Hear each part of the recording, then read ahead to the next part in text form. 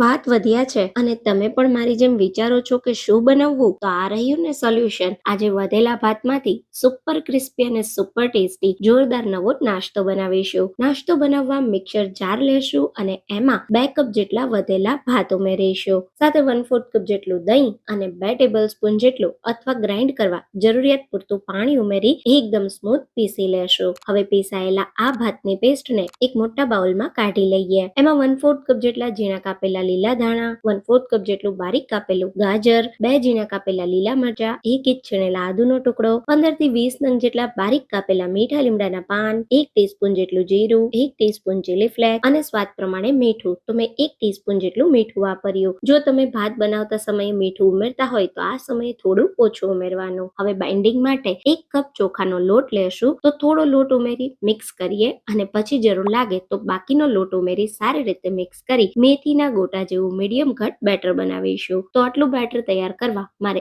1 cup જેટલો ચોખાનો લોટ લાગ્યો છે. બેટર બની જાય એટલે 1/4 ટીસ્પૂન જેટલા કુકિંગ સોડા સરસ મિક્સ થઈ જાય એના માટે 1 ટેબલસ્પૂન જેટલું પાણી ઉમેરી સારી રીતે બધી વસ્તુને મિક્સ કરી લેશું. હવે હાથની આંગળીઓને થોડી પાણીવાળી કરી આ રીતે થોડું બેટર હાથમાં લઈ અને ગરમ તેલમાં નાસ્તાને ઉમેરતા જશું. તો હાથની આંગળીઓ પાણીવાળી કરી બેટરને હાથમાં લેશો તો બેટર હાથમાં બિલકુલ ચોંટશે નહીં અને નાસ્તાનો શેપ સરસ ગોળ આવશે. તો બધા નાસ્તાને ઉમેરી દઈએ પછી નાસ્તો થોડો એક બાજુથી તળાઈ અને ક્રિસ્પી થાય એટલે સાઈડ પલટાવી બંને બાજુથી ક્રિસ્પી ગોલ્ડન બ્રાઉન થાય ત્યાં સુધી તળી લેશું. 4 થી 5 મિનિટમાં નાસ્તો સરસ તળાઈ ગયો છે તો તેલમાંથી પ્લેટમાં કાઢી લેશું. ગરમા ગરમ આ નાસ્તો તમે જો કેટલો ક્રિસ્પી બન્યો છે, સાથે બહુ ટેસ્ટી છે. તો આ નાસ્તાને તમે ગ્રીન ચટણી કે ટોમેટો કેચઅપ સાથે સર્વ કરજો, બધાને બહુ જ ભાવશે.